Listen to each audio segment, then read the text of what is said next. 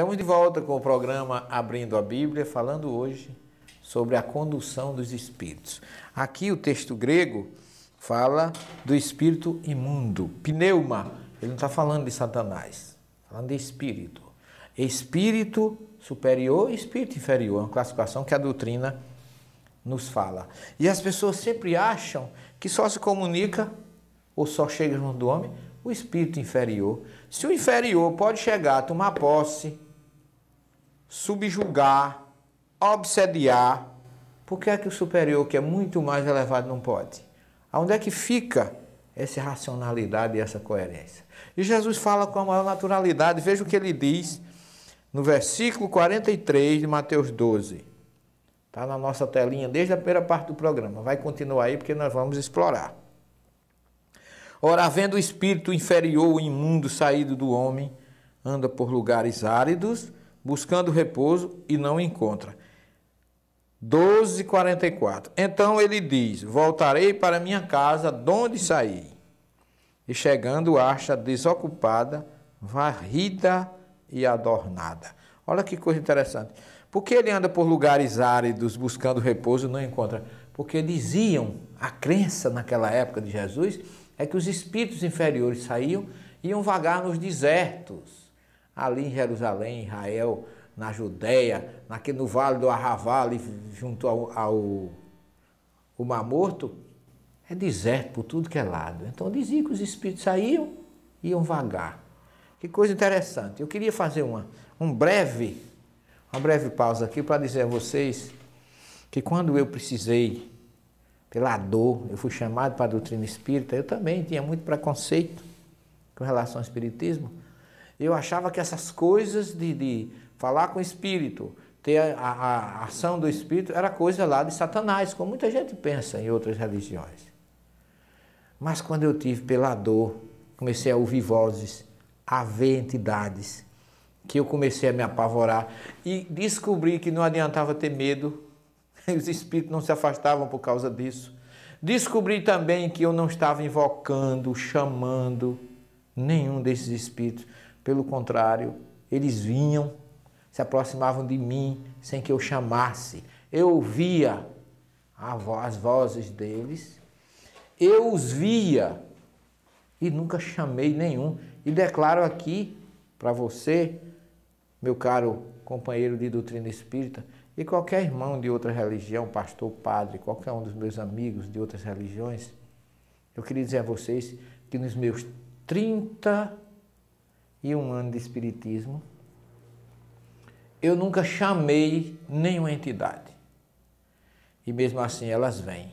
Qual é a culpa que eu tenho de ter a faculdade mediúnica, de atrair, de ver, de sentir, de ouvir essas entidades? Como é que eu serei julgado amanhã por Deus? Porque se vieram, porque Deus permitiu. Então eu não posso ser condenado por algo que eu não busquei. Tem mais essa. E não me digam que é Satanás não, porque Jesus está dizendo aqui que é espírito. Então é um espírito sofredor. E ele nem sempre vem nos perturbar.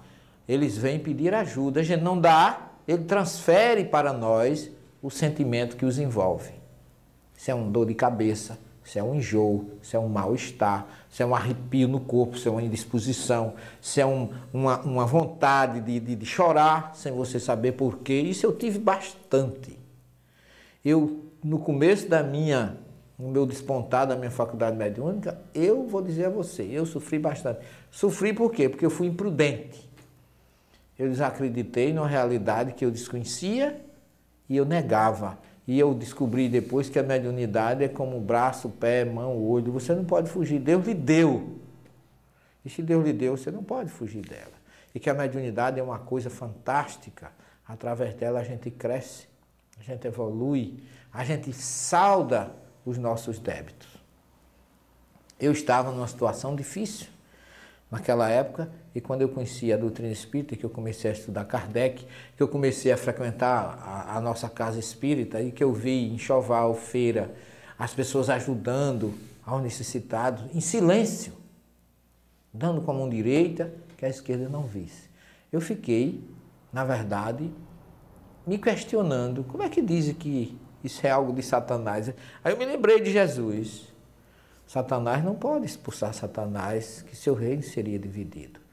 E aí, depois que eu passei por uma fase de mais ou menos uns 3 anos, que eu achava, digo para você, que eu estava pecando em ir a um centro espírita. É tanto que eu ia no domingo me confessar, eu ainda católico, eu costumo brincar às vezes nas minhas conferências, dizer que eu era espiritólico, era uma mistura de espírita com católico, porque eu ia para a missa no domingo, eu me confessava, eu dizia ao padre que tinha ido no centro, ele me perdoava e eu ia pecar de novo na quinta e na sexta na casa espírita. Por quê? Porque era ali que eu me sentia bem.